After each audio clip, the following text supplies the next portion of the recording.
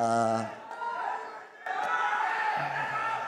తెలుగు ప్రేక్షకులకి, ఆ, బన్నీ అన్నయ్య అభిమానులకి, సుకుమార్ గారి అభిమానులకి, రావు రమేష్ గారి అభిమానులకి అందరికీ నమస్కారం అండి. ఫస్ట్ ఆఫ్టర్ ఫస్ట్ మూవీ చాలా ఒక 6 months ఏం చేయాలో అర్థం కావట్లేదు, చాలా లోగా ఉన్నాను, పెద్దగా వర్క్ అవ్వలేదు అనేసి. ఎందుకో బాగా లోగా ఉంటే నేను ఇలాంటి ప్రీ రిలీజ్ ఈవెంట్లు, సక్సెస్ మీట్లు చూస్తూ ఉంటాను. ఒక సక్సెస్ మీట్లో బన్నీ అన్నయ్య ఒక మాట మాట్లాడాడు, అది నా జీవితాన్ని చేంజ్ చేసింది. బాగా కష్టపడి కథలు చెప్తున్నా నరేషన్ ఇస్తున్నా ఎక్కడ వర్కౌట్ అవ్వట్లా. అద్భుతం చేయాలని గట్టిగా ఏదో పట్టుకో ఉన్నా, వర్కౌట్ అవ్వట్లా. అప్పుడు ఒక సక్సెస్ మీట్లో బన్నీ అన్నయ్య ఒక మాట అన్నాడు,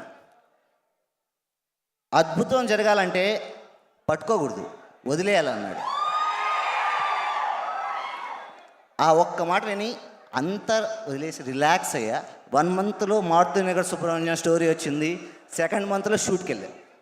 బన్నీ అన్నయ్య థ్యాంక్ యూ సో మచ్ అన్నయ్య, థ్యాంక్ యూ సో మచ్. అది ఎంత మైండ్లో ఉందంటే అద్భుతం నిజంగా జరగాలంటే పట్టుకోకూడదు, వదిలేయాలి.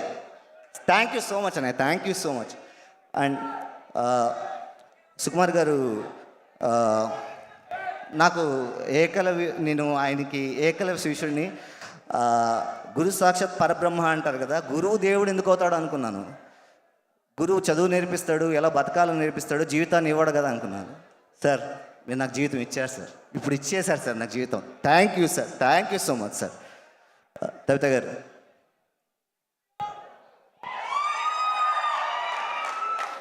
మీకు అవసరమే లేదండి. మీరు కుమార్ గారు, మీకు అవసరమే లేదు.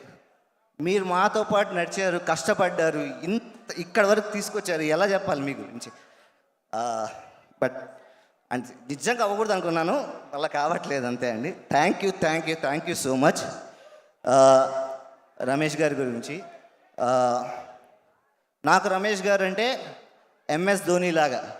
బ్యాట్ ఇచ్చిన ప్రతిసారి సిక్సరే కొట్టారు. మీరు చూసుకుంటే బ్యాట్ ఇచ్చిన ప్రతిసారి సిక్సరే కొట్టారు. అలాంటి రమేష్ గారిని 2020 దింపుతున్నాను, ఓపెనర్గా దింపుతున్నాను. 20 overs ఉంటారు, ఇంకా మీ ఇష్టం, ఆలోచించుకోండి. That is Maruthi Nagar Subrahmanyam. అందరికీ, ఇక్కడ వచ్చిన అందరికీ చాలా చాలా థ్యాంక్స్. ఇప్పటికే లేట్ అవుతుంది, అందరూ మాట్లాడాలి కాబట్టి thank you so much. August 23rd, please do watch Maruthi Nagar Subrahmanyam.